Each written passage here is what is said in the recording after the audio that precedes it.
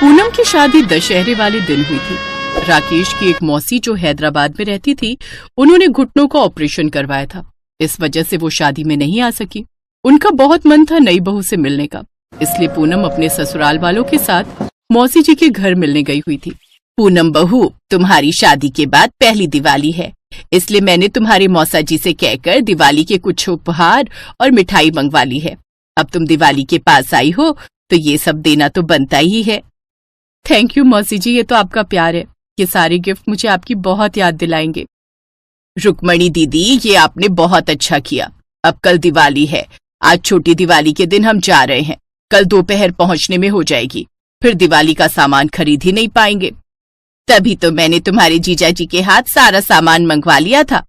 मौसा जी thank you, आप सुबह सुबह इतना सारा सामान ले आए। 12 बजे की ट्रेन थी। सब लोग स्टेशन पर पहुंचे। ट्रेन दिल्ली के लिए रवाना हुई। राकेश बेटा, हम कल किस टाइम तक पहुंच जाएंगे? वही मम्मी, दोपहर तक हम घर पहुंच जाएंगे। चलो अच्छा है, फिर तो बहू के हाथों दिवाली पूजन भी हो जाएगा और बहू की पहली दिवाली भी घर पर हो जाएगी। कल की टिकट मिल जाती ना तो हम आज पहुंच जाते। कल की हो नहीं रही थी और फ्लाइट की भी टिकट नहीं मिल रही थी। दिवाली की वजह से बुकिंग्स बहुत मुश्किल हो रही हैं। ये तो अच्छा हुआ कि इस ट्रेन की हो गई। माँ जी, मौसी जी, मौसा जी बहुत अच्छे हैं। पता ही नहीं चला 2 दिन कब बीत गए। हाँ दीदी बहुत अच्छी है। शुरू से ही उनका मेरे साथ बहुत प्यार रहा है। वो मेरी बहन भी है और मेरी माँ भी है, ये समझ लो। वो तो उनके घुटनों का ऑपरेशन ना हुआ होता तो शादी में जरूर आती। अरे तुम्हारे पापा जी का फोन आ रहा है।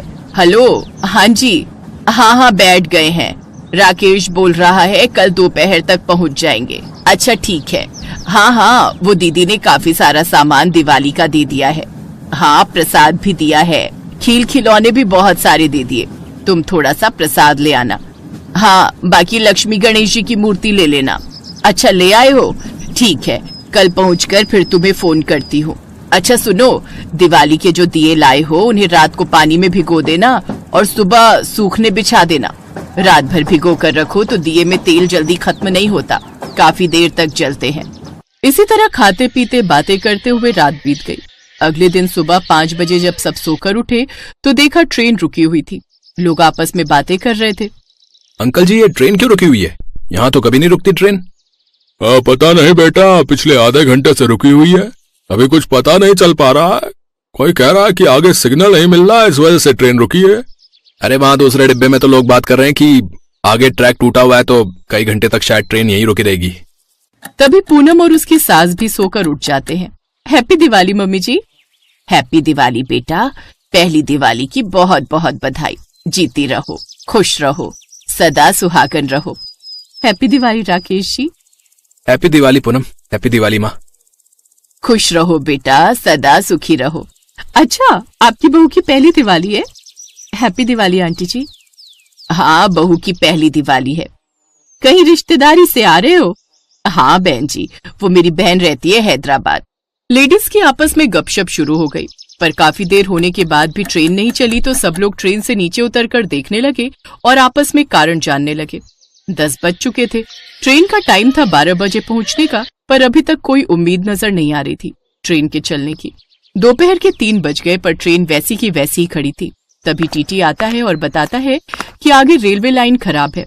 अब जब लाइन ठीक होगी तभी ट्रेन आगे बढ़ेगी। मम्मी, अब हम दिवाली कैसे मनाएंगे? हमारी तो पूरी दिवाली ट्रेन में बीतने वाली है। क्या करें बिटिया, अब इसमें हम कुछ नहीं कर सकते। अब तो जब रेलवे ट्रैक ठीक होगा तभी ट्रेन चलेगी। शायद आज की दिवाली हमारे अंधेरे में इस ट्रेन में बीतने वाली है। हमारी तो बहू की पहली दिवाली थी।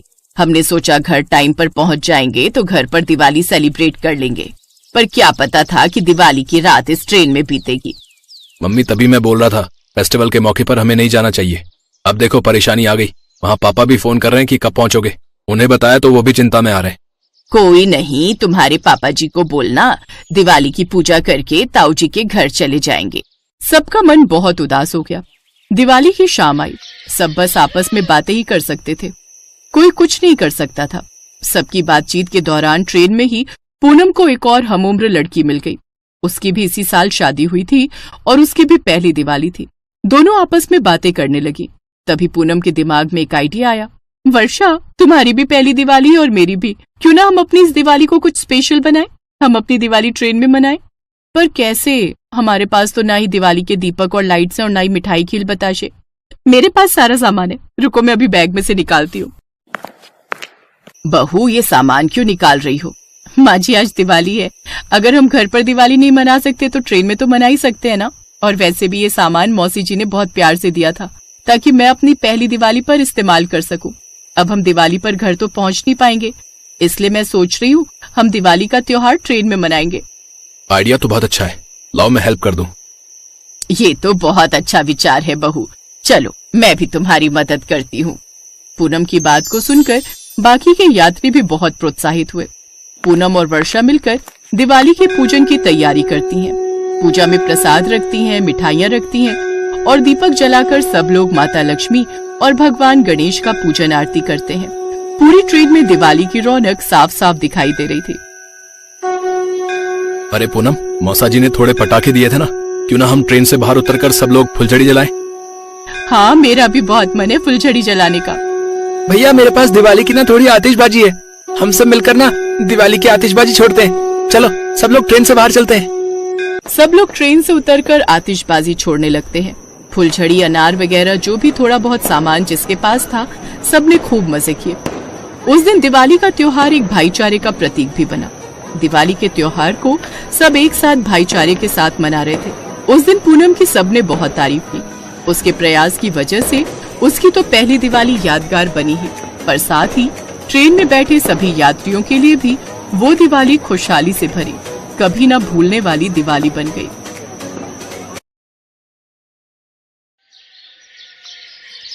सूरज और चंदन दोनों काफी अच्छे दोस्त थे। दोनों दिन भर अपने अपने खेत पर काम करते और शाम को घर लौटते।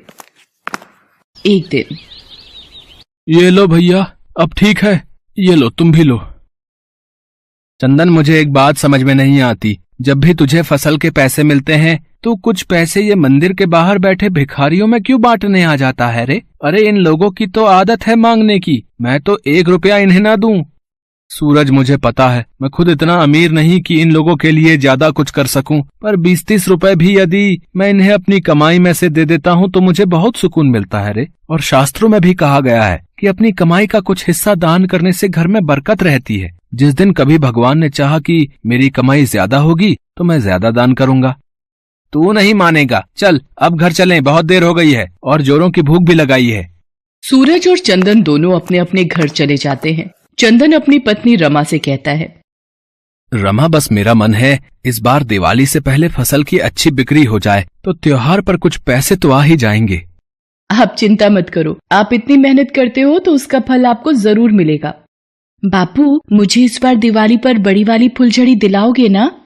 बापू, मुझे भी बहुत सारे पटाखे लेने हैं। मेरे दोस्त संजू ने भी बहुत सारे पटाखे खरीदे हैं, रॉकेट, फिरकी, फुलझड़ी, बम, सब कुछ। हाँ हाँ मेरे बच्चों, मैं तुम्हें सब कुछ खरीद दूंगा, नए कपड़े, मिठाई, बम, पटाखे, सब कुछ। इस तरह चंदन अपने बच्चों के साथ हंसी खुशी बातें कर रहा था। एक दिन,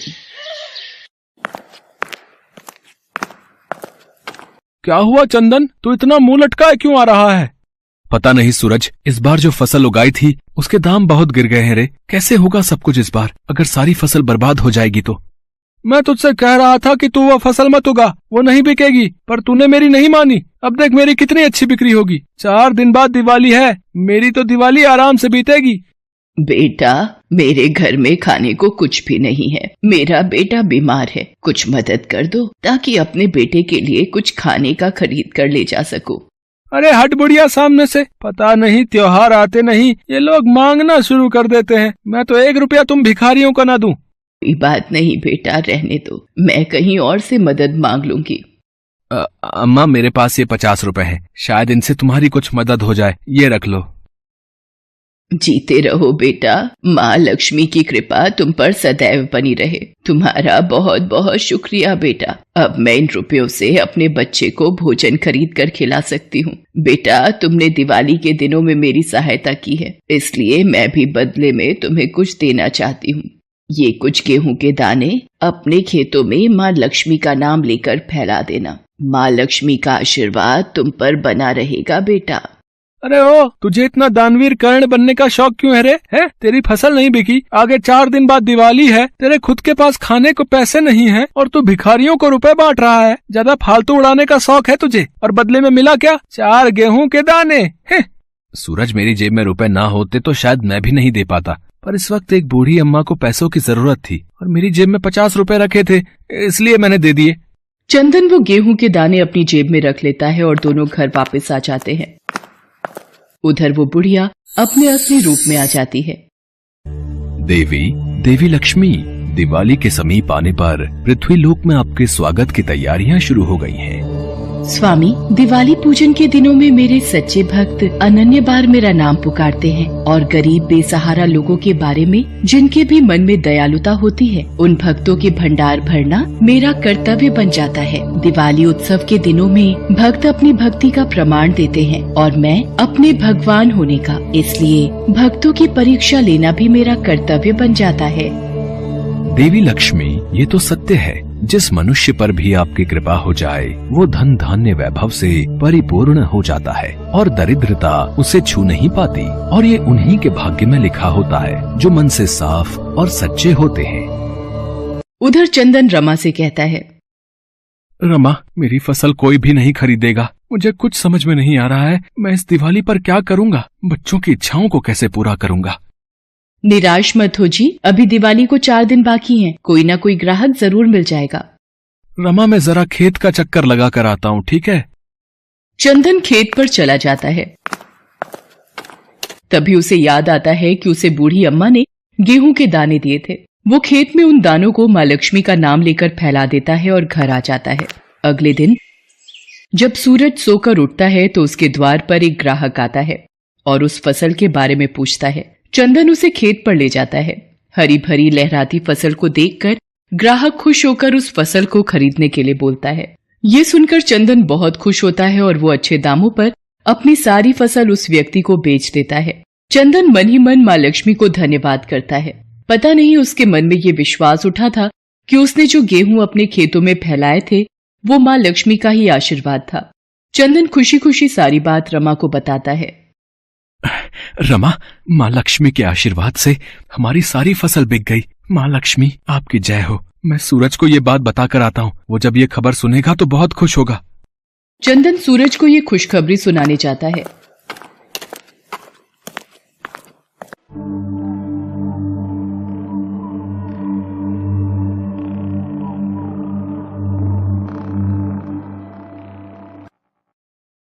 अरे सूरज, क्या हुआ? उदास क्यों बैठा है? चंदन, मैंने अपनी जिस फसल का सौदा किया था उसमें कीड़ा लग गया रे। इस कारण ग्राहक ने वो फसल वापस कर दी। मेरा हजारों का नुकसान हो गया। समझ में नहीं आ रहा ये कीड़ा कैसे लग गया। कोई बात नहीं सूरज, तू इतनी चिंता मत कर, मैं तेरे साथ हूँ। तुझे कोई भी परेशानी हो या रुपयों की जरूरत हो तो मुझे बता देना, और दिवाली का त्योहार हम दोनों परिवार एक साथ मनाएंगे। तू परेशान मत हो। चंदन सूरज को बताता है कि उसकी सारी फसल अच्छे दामों में बिक गई है। ये सुनकर सूरज हैरान रह जाता है। उसे शायद अपनी भूल का एहसास होता है और वो चंदन से कहता है, मैंने हमेशा रुपयों को बचाकर रखने का सोचा रे, कभी भी किसी को दान पुण्य नहीं किया, और तुमने हमेशा खुद गरीब होते हुए भी मजबूर लोगों की मदद की। तुम सच में दयालु हो चंदन। हर व्यक्ति को तुमसे सीख लेनी चाहिए। अब से मैं भी दूसरों की मदद करूंगा। मुझे एहसास हो गया है, जो दूसरों की सहायता करते हैं भगवान उनकी सहायता करने स्वयं धरती पर आते हैं। उस दिन के बाद सूरज भी मजबूर और बेसहारा लोगों की मदद करने लगा। वो भी चंदन के साथ जितना हो सके उतना दान किया करता था। सही कहा है, दान भले ही 1 रुपए का क्यों ना हो, वो दान कहलाता है। इसलिए कभी भी ये ना सोचें कि आपने बहुत बड़ा दान करना है। जितना आपके बस में है उतना जरूर कीजिए। किसी को 1 प्याला चाय का भी यदि आप पिलाते हैं तो वो कहीं न कहीं आपके अच्छे कर्मों में जुड़ जाता है। और फिर चंदन और सूरज एक साथ मिलकर दिवाली मनाते हैं। माँ लक्ष्मी और भगवान गणेश की पूजा करते हैं और बच्चे मिलकर ढेर सारे पटाखे और फुलझड़ियां जलाते हैं और एक दूसरे के गले मिलकर मिठाई खिलाते हैं। उस दिन से माँ लक्ष्मी की कृपा से दोनों परिवार खुशी खुशी अपना जीवन व्यतीत करते हैं और एक गरीब की दिवाली खुशियों में बदल जाती है।